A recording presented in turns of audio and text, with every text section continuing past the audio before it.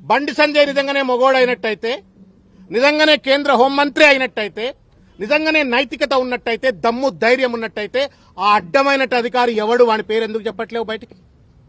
ఎందుకు ఆ రోజు అధికారంలో ఉన్నటువంటి ఒక ముఖ్య నాయకుడు ఆ సదరు అధికారిని బీదర్కు పోకుండా ఆపిండు అని చెప్పని బండి సంజయ్ చెప్తా ఉన్నాడు. దమ్ము లేదా బండి సంజయ్ నీకు? చెప్పు, అధికారి పేరు చెప్పు. ఆ రోజు ఉన్నటువంటి ఒక ముఖ్య నాయకుడు ఎవడో వాడి పేరు చెప్పు. వాడి పేరు చెప్పవు, వీడి పేరు చెప్పవు. అడ్డమైనటువంటి ఒక వెధవ లెక్క నువ్వు ఇష్టం వచ్చినట్లు ఇవాళ కేసీఆర్ గారి పైన నిరాధారమైన ఆరోపణలు చేస్తే న్యాయమా బండి సంజయ్ అని చెప్పని ఇవాళ నేను ప్రశ్నిస్తా ఉన్నాను.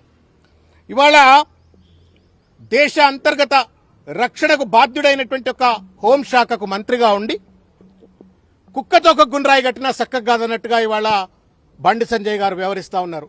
ఎలుకతోలు ఎంత ఉతికినా నలుపు నలుపే గాని తెలుపు కాదు అన్నట్టుగా ఇవాళ బండి సంజయ్ గారు వ్యవహరిస్తా ఉన్నారు. అల్జిమర్ వ్యాధి ఉందేమో బండి సంజయ్కి, అర్థం కావట్లేదు.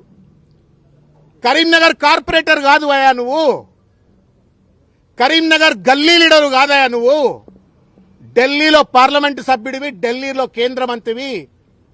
కరీంనగర్ కార్పొరేటర్ కాదు బండి సంజయ్, నువ్వు కరీంనగర్ ఎంపీవి. ఈ సోయి మరిచి ఇవాళ ఇష్టం వచ్చినట్టు మాట్లాడుతా ఉండు.